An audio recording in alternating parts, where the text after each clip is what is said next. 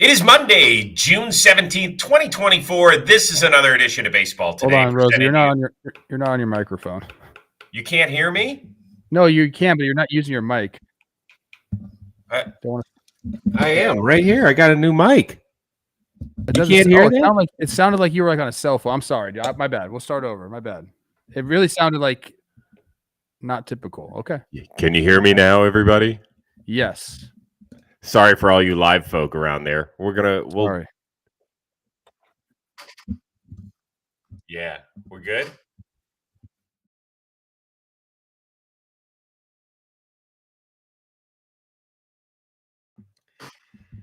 It is Monday, June 17th, still 2024. This is another edition of Baseball Today, presented to you by our friends over at Factor. That is my man, Trevor Plouffe. I am Chris Rose, producer Dan, intern Tommy along for the ride as well. What a huge weekend it was in the Plouffe household. A birthday on Saturday, a Father's Day on Sunday. Let me see those eyes. Are you fully recovered? What do you mean by that? I had a great weekend. It was event-filled, but a lot of fun. A lot of baseball in the mornings, followed by some later nights. You're right. But I feel really nice today on this Monday morning. I'm excited to talk some ball with you, Chris. Yes, God, we got a lot to get to. Hope all the dads out there had an amazing, amazing Sunday, did whatever you wanted to do, because now we're back to the real world on Monday, and we'll see you for another 364 days where you take a back seat, which is perfectly fine because that's what we like to do, most of us around there. We're going to start off with the tip of the cap, and there's a couple of reasons I'm wearing the Mets hat today. One of them is because Brandon Nimmo, he made this catch over the weekend, actually kind of semi-dove into the crowd. There was a guy that he kind of battled the ball for, but really didn't because the guy kind of pulled back at the last second. Nimmo thought so much of it. At the end of the half inning, he went into the dugout, signed a baseball, and said, "Thanks for not catching that." And the kid, one dude's kid, was so moved by it, he wrote a social media post saying that Brandon Nimmo made my dad's year, essentially, by thinking of him and during the game writing out a baseball. Plouffe, you talk about this all the time, how major leaguers can make somebody's day, if not like their year or life. That's a perfect example. Yeah, it takes nothing. I mean, I think he was happy there wasn't more of a collision. He made the catch, so that made him feel good. And then, yeah, it's just so easy to give props to somebody in the stands. Go grab a ball from the bag, sign it real quick, give it to him. It is a memory he's going to have for quite some time. So good on Brandon Nimmo for understanding that. It's awesome. Yeah, it's awesome. It is great. Really well done. Now let's get on to the wild weekend that was, particularly out here in Los Angeles, where the Dodgers took 2 of 3 from the Kansas City Royals. I suppose that's the good news. The terrible news is that in less than a 24-hour stretch, they lost one of their top pitchers and one of their top overall players. Mookie Betts is going to be out indefinitely, suffered a broken bone in his hand when he took 98 during an at-bat late in the game. That came right after Yoshinobu Yamamoto was put on the injured list. Strained rotator cuff. He's on the shelf for a while. Neither of them need surgery. Neither of them are apparently done for the year. But what now for LA? Do they just move on with the extra pieces they have, or does this mean that they have to pull the trigger on a big-time trade? Oh, I think they're going to pull the trigger on a trade. And I think, Yamamoto is it hurts, but I think it hurts a little bit less for the Dodgers because they did acquire starting pitching depth during the offseason. So they're still able to run out a 5-man rotation with Bobby Miller back in the fold. So you want him back. But again, I think because they have that depth, they're okay there. I don't know if they need to go run and make a trade. I think they do need to go run and make a trade for a shortstop. I know our guy, Miggy's he's going to be doing his thing out there. But I think they were already thinking of bringing in a shortstop, and this just made it a little bit more urgent for them. And the market's interesting. I mean, you have the big name guys. We talked about Willy Adames. I don't think that's going to happen. He's a fit there, especially if they're trying to extend somebody to play shortstop. But I don't think Milwaukee will part ways with him this year. So the other big one is Bo Bichette, and that's very interesting to me. I think he's kind of in the same vein as a Willy Adames, where if they went out and got him, they'd want to try to extend him. I think he's kind of like a really, really good fit there. He hasn't had a great start to the year, but we know what's in Bo Bichette. And I think going into LA, being around that atmosphere is just a little bit different. I think we could see him really turn the corner if he did, like a welcome change of scenery. And then you have the lesser, like Paul DeYoung's, someone like that who could come over and kind of be like a stopgap-ish. But I do think they enter the market for a shortstop. I don't think there's any doubt about it right now, Chris. Well, we are scheduled to talk to Miguel Rojas tomorrow on the Rose rotation. We'll certainly get his thoughts about it. Listen, he's in his mid-30s. He's had an excellent year. He hasn't just been a great glove, which he is, but he's been a guy that they can count on in the bottom third of that order. It'll be interesting to see what he, how honest he is with all of us about what's most beneficial for the team in terms of his role moving forward, right? Because he's been such a good player for them, not playing every day, but he'll play a bit at short. He'll play a lot at second. He's played a lot at third since Max Muncy went down, and that's been a very, very good role for him. I, too, expect them to probably go get a shortstop. I'm going to be really curious to see who it is. Bo Bichette hasn't been good, period. He just hasn't been this year. He's gotten okay. Like, as of late, he's hit the ball a little bit better. Not like... little bit. But, he's part of the reason that Toronto is caught in the area where it is right now offensively. You even heard Kevin Gossman talk about it publicly. Like, us pitchers have to be nearly perfect because our offense essentially stinks. And it's partly because of Bo Bichette has not been in that all-star form. I do think getting traded to a place where you are the fifth or sixth most important player in a lot. Well, now with Betts out of the lineup, you'd move up a rung or two, but he'd probably be the fifth most important piece once Muncy returns. Like, you could make that argument. Maybe that takes some of the pressure off of him, or maybe it puts a whole bunch on him that he's joining a team with the limelight on it, like the Dodgers. I'm just looking at his stats right now, and I also think he's like, I think he's nursing a calf injury right now as well. So it's cloudy. But again, I think guys go through stretches like this. We're saying it's June 17th. It's a couple bad months of offense for him. Go look what he's done before. There is a track record. I think he still is attractive to teams that are looking for shortstops. Let me ask you this, though. We haven't talked about the pitching side of this at all. Yeah. Kershaw is about to start a rehab assignment. Bobby Miller is due back perhaps at the end of this week. Is that good enough, or do they also have to, just in case Yamamoto doesn't respond? And when you're talking about rotator cuff, even though surgery isn't scheduled, you don't know how that's going to respond. In a perfect world, maybe they acquire more depth, but I don't think it's a pressing need for them. I don't think they're going to go out there searching and spending a bunch of prospect capital to bring back a starter. I don't see that. What if they did a 2-for-1? What if they got like Kikuchi and Bo Bichette?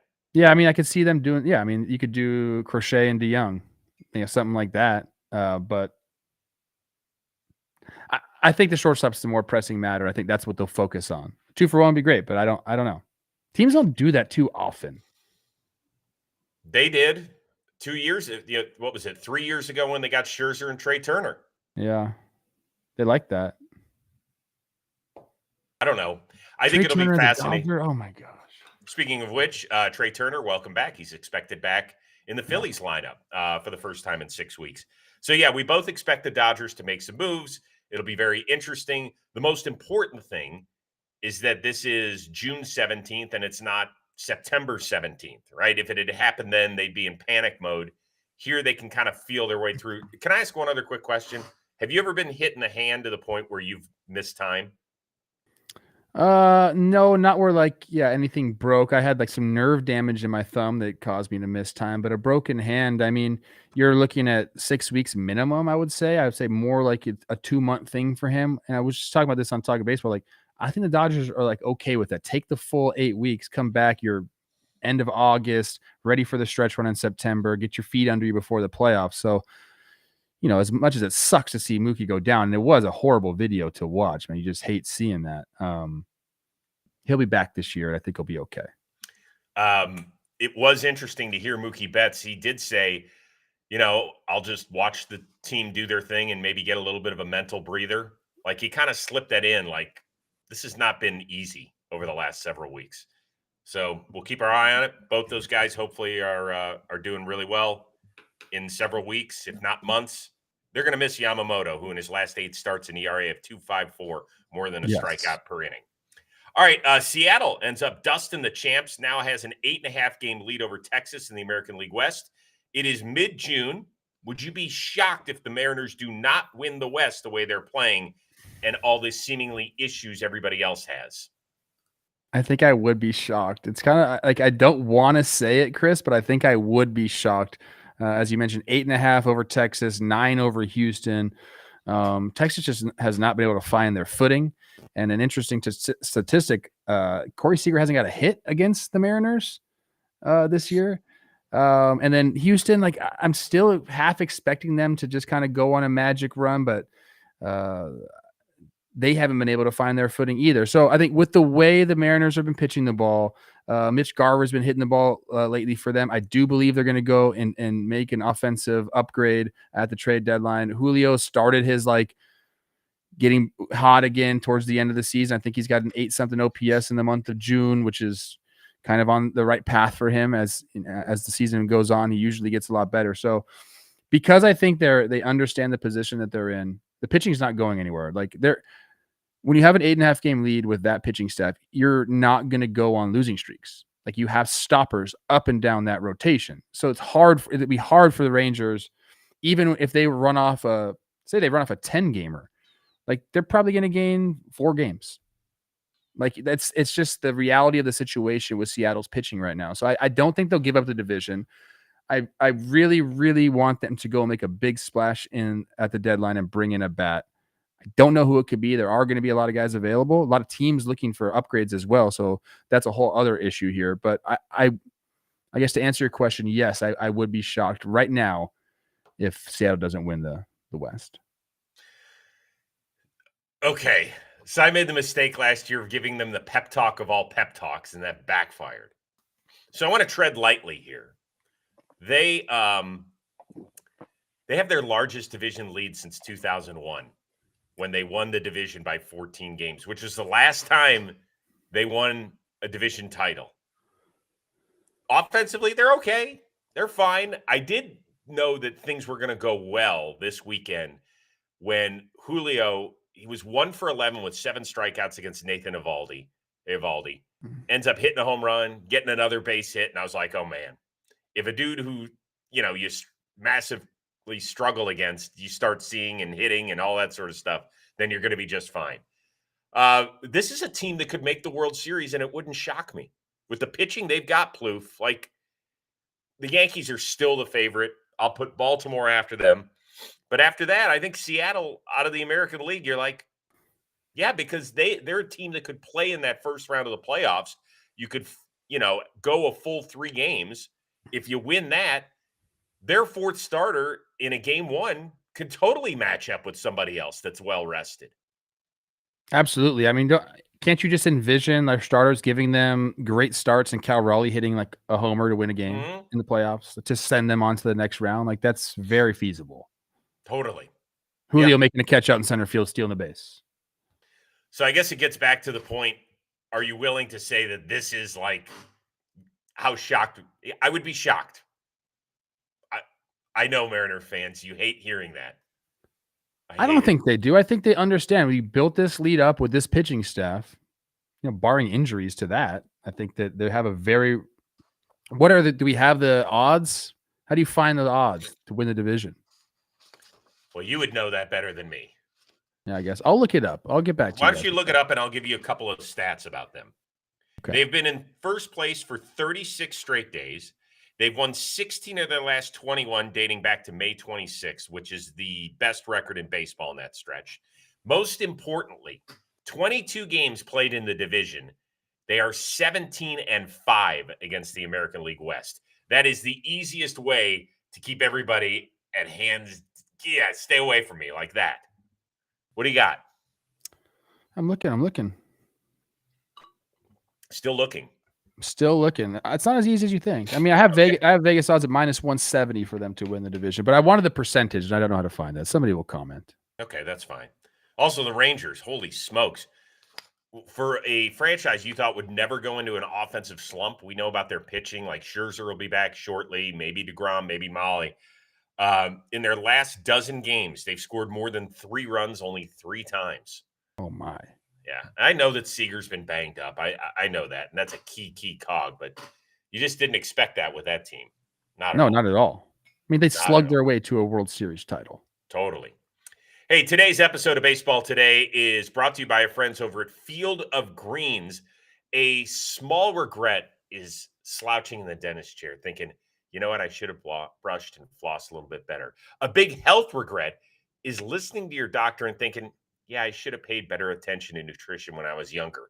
I am one of those dudes. Well, better health today, and when it matters most, is why we both take Field of Greens. Each fruit and vegetable was selected by doctor support vital body functions like heart, liver, kidney, metabolism, your immune system as well.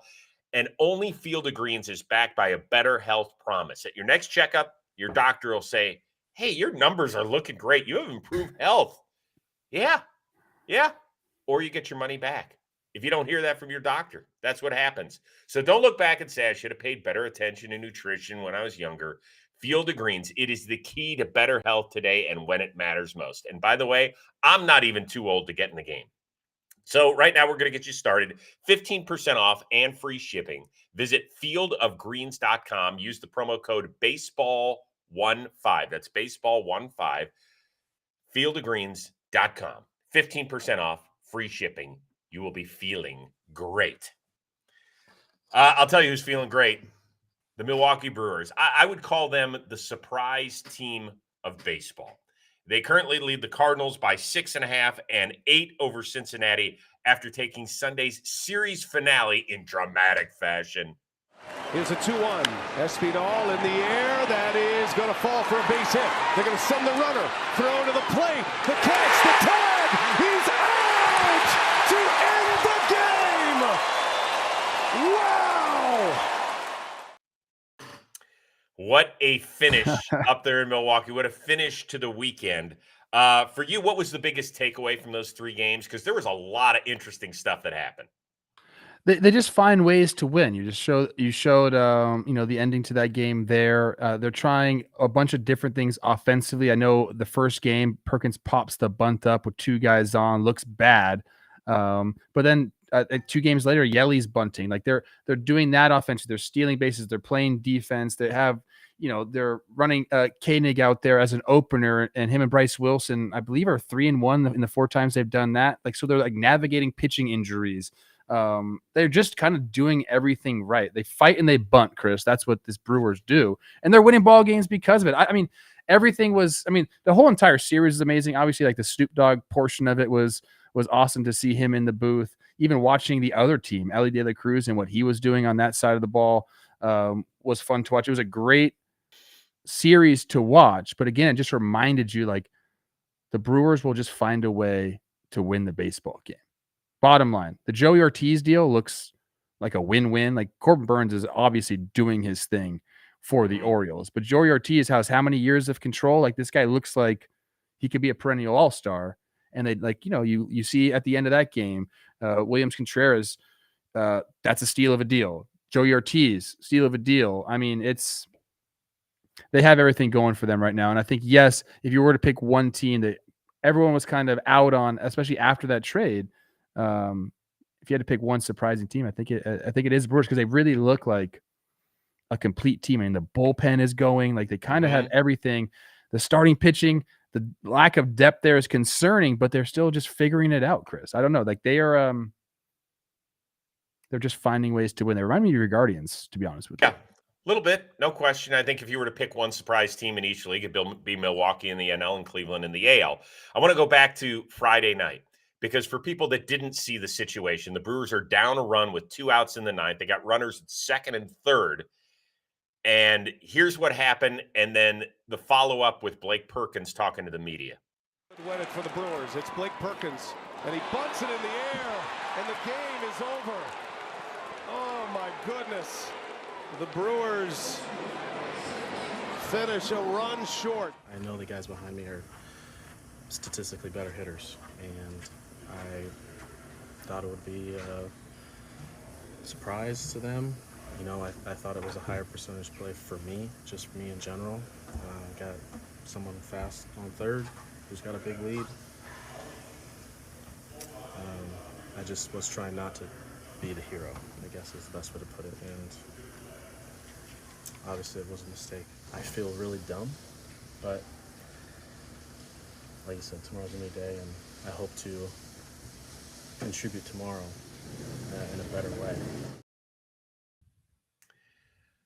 48 hours, less than 48 hours later, who made the game-saving throw? Blake Perkins. Blake Perkins. It's the first time that a Brewers game has ended on an outfielder unassisted throw at the dish since 1997, which means there's no cutoff man. I listened to that entire post-game press conference out of Blake Perkins, who has fewer than 140 games in the show. He's a little older for a young guy, but he's still 27. I thought it was incredible the way he handled himself, the way he was so vulnerable. Like, he talked about the moment being too big. You never hear that out of pro athlete. You never hear it. Like, I wanted somebody else to have the moment because I wasn't so sure I could get it done. Even if guys feel that way, they never say it. And I appreciated his vulnerability there. And I think, I'll be honest with you, I think Friday's failure may have helped him with Sunday's success. I could see that.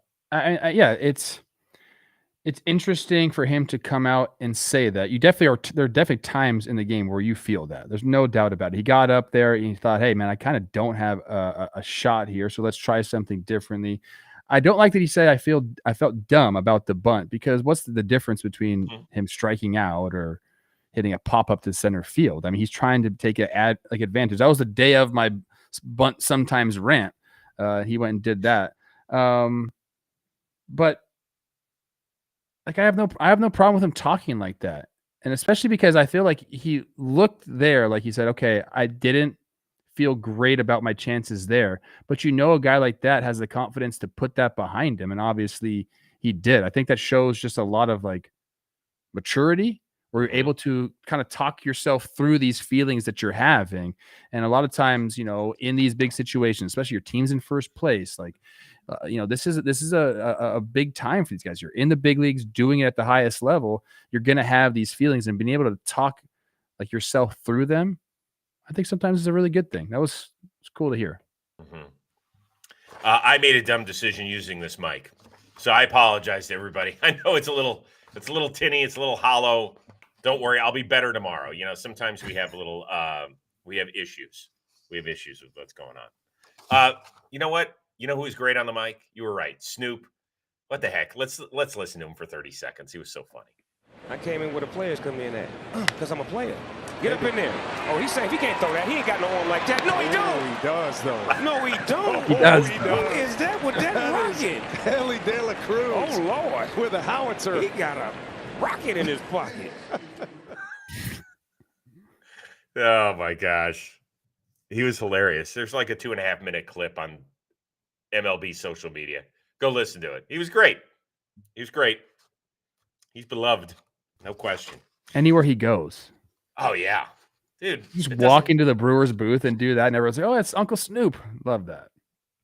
In the NFL, like, I think he's a Steelers fan and a Raiders fan. You cannot be a Steelers fan and a Raiders fan, and both fan bases still cheer ridiculously for him when he shows up.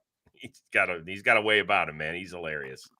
Dude, the first time he ever came on Best Damn, he shows up in a green limo with a huge entourage, doors open on the Fox lot, and like, it was almost like a cartoon. Plumes of smoke. Poof. Just, yeah. Let's just say our green room. Yeah. Let's just say our green room was extra green that day. All right. Big city story from over the weekend. The Red Sox take consecutive series against the Phillies and the Yanks, the two best teams in baseball. They climb within 2.5 of the last AL wild card. Or the Mets have now won 5 in a row. They're just 1.5 out of the playoff chase. I think it's the Red Sox and doing what they're doing. They've been middling around 500, finally getting over the hump. And it's kind of like the way they're doing it. They had a rash of injuries early on in the year. Guys were kind of playing in positions they weren't used to playing. And now they've kind of gotten healthy, and there's some young guys like kind of leading the charge there. Hamilton at shortstop, Abreu in right field, Rafael, what he's been able to do in center field. It's been really fun to watch. Do you match that with the pitching? And I think a lot better days are ahead for the Red Sox. I know, like I said, they've been middling around 500. I think they're actually a better team than that. So will they be advantageous of a trade deadline? Like, what are they going to do? Everything is up in the air right now because like no other time I can remember, there are so many teams jumbled close to that last wild card, especially in the NL, but in the AL as well. Like there's a lot of teams right there within striking distance.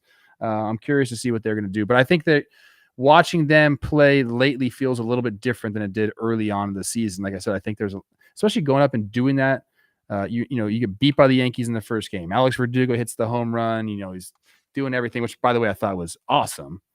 He gets booed first pitch he sees. See you later. I thought that was awesome. But to be able to come back and win that series, it showed a lot. I think this, like I said, I think there's a lot better baseball ahead for the Red Sox. They're going to be an interesting team to follow in the second half.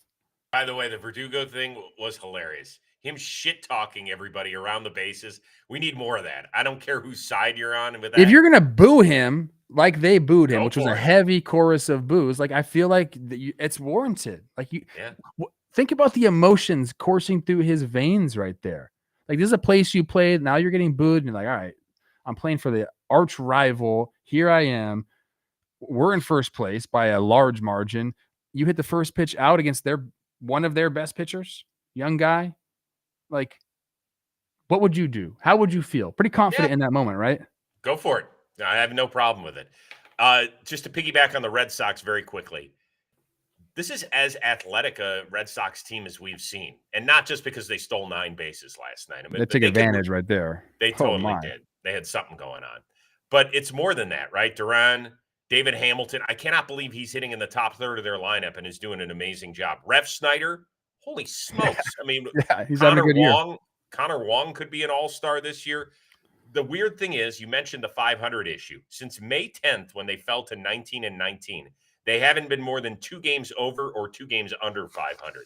So we'll see if they can use this because over their next 15 games, they're all against teams with losing records. But it's like Toronto twice, Cincinnati, San Diego. So it's kind of teams that are in the same boat as Boston. They're all chasing to kind of establish themselves somewhere. So it's not like they're playing any dog shit teams. They're playing a couple teams that are very, similar to them. There's another reason I'm wearing this Mets cap. They're 5-0 since Grimace threw out the first pitch. I will ask you, since I pronounced them DOA a few weeks ago, do I now need to apologize? I don't think you have to apologize just yet, Chris. This needs to go on for a couple more weeks, in my opinion. Yeah. Okay.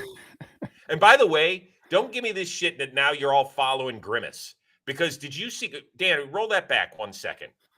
Look who caught the first pitch for Grimace. Okay? Let's see here. It's some dude who doesn't even really know how to catch. It's not a real ball player.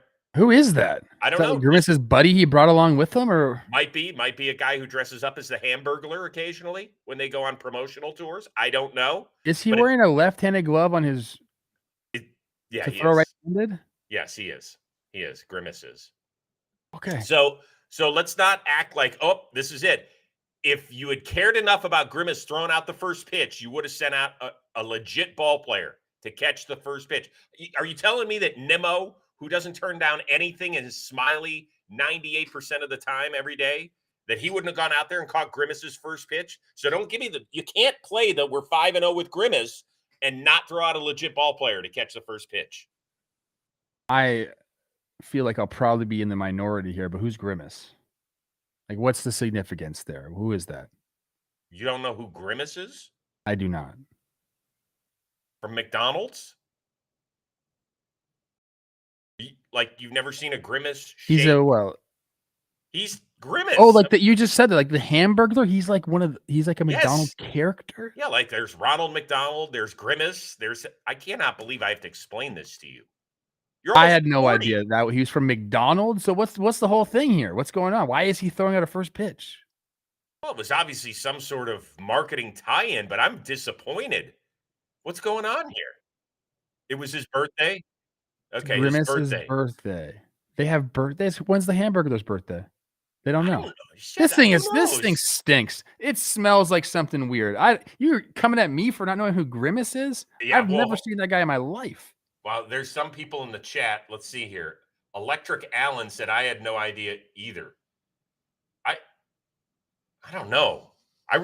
Maybe we need to do a poll on our social media. Like Plouffe, did you not know who Grimace was? I honestly thought that was like a YouTube a Teletubby guy, something like that. Like, dude, he's Grimace. McDonald's actually sounds delicious right now. I know. I don't put that in my body too often, but no, I might. We might have to get some on the way to the airport Wednesday. Oh yeah. Yeah, we'll have to talk. Am I driving? That. Yeah, probably. Okay. Hey, baseball fans, you hate foul balls? No, not the kind. Not that's the kind. No matter how hard you scrub them in the shower, they still smell. Well, ditch the soap. Step up to the plate with Mando whole body deodorant. It was developed by a doctor. It is a game-changing formula. It's safe for your entire body, and it knocks out odor like a champ. It is made with mandelic acid, which picks off odor right at the source, keeps you fresh and smelling for up to 72 hours. So if you got to go a few days without cleaning, you just rub that shit south of the equator. You're going to smell and feel great. Now, Mando is available in solid sticks, invisible cream, body wash, cleaning bars, deodorant, wipes for on-the-go youth. So whole body deodorant. Mando is seriously safe. You can use it anywhere on your body. You can use it on your bits. You can use it on your package. You can use it on your belly button, your butt crack, any stinky crevices that you might have that we don't, stomach folds, feet, whatever. It's clinically proven to control odor better than a shower with soap. And your Mando starter pack is perfect for brand new customers. It comes with the solid stick deodorant, the cream tube deodorant, 2 free products of your choice, like the mini body wash, the deodorant wipes, plus there's free shipping involved. Now, luckily, we here at Baseball Today have a discount code to help you get hooked on our favorite smelling whole body deodorant on the market. Brand new customers get 5% off a starter pack with our exclusive code. That equates to over 40% off your starter pack. So use the code baseball today at shopmando.com. That is shopmando.com. Code word baseball today. Get $5 off. You'll be smelling great. Wait, hold on. If you have stinky balls, even after scrubbing them vigorously with soap and water, you probably need to get checked out. Just like Grimace probably has stinky balls. I don't even know where to find them on Grimace. Does Grimace have balls? We don't know. Don't know. But I'm sending Grimace some Mando. Yeah, he needs some Mando. Me. Courtesy of me. All right, last thing. God, there was a ton of stuff that happened, and we haven't even talked about it. Orioles taking a series from the Phillies. They knocked Zach Wheeler all over the yard. Ronel Blanco, who had a no-hitter earlier this year, 7 more no-hit innings, although the Astros relievers couldn't finish the job. Jose Abreu, no longer his teammate in Houston, released for more than 30-plus, still on his deal. Give me one other thing caught your eye this weekend. Don't call me biased. I'm going Carlos Correa and what he's been doing over the last 11 games. I believe he's hitting over 500, like 511 or something like that. Raised his batting average from 247 all the way to 308. He's third in the AL in batting average now. Shout out Aaron Gleeman for that tweet earlier that caught my eye. They debuted the City Connects, Max Kepler with a walk-off when they did it. And I'm going to do this on this show as well. I'm proposing that we start calling Target Field the Lake. And I want to get that out there right now, okay? Come on down to the lake. Let's watch the boys bang the ball around the yard. I think it could stick. The merchandising opportunities are great. So just start calling it the lake. That's all I'm asking. Is there any water in the stadium? No, we're going to get something, okay? I want to do like an aquarium behind home plate that has some pike running through it, like just like Miami used to have. We're going to figure all this out. And Target, get on board with it. Well, you'll have to go up to Mr. Polad's office and go knock on the door. Do we have an aquarium? Target budget? Lake. Well, okay. Target presents the lake. Lake right. Target. I'm on board for the Washington Nationals. I got to tell you. I don't know what's going to happen because they have some really tradable pieces. and I still feel like they're a year away. And they've got a couple of guys, particularly Mr. Woods, whom I said I want to see up here. They're in the But playoffs, man, Chris. I know they're in the playoffs as we speak. DJ Hers, congratulations on getting your first show win on Saturday. He struck out 13 of the 19 batters he faced. He faced 19 guys. He struck out 13. That is a percentage of 68.4, the second highest percentage in the modern era for any rookie. Only Kerry Wood's 20 strikeout game was a higher percentage of batters he faced.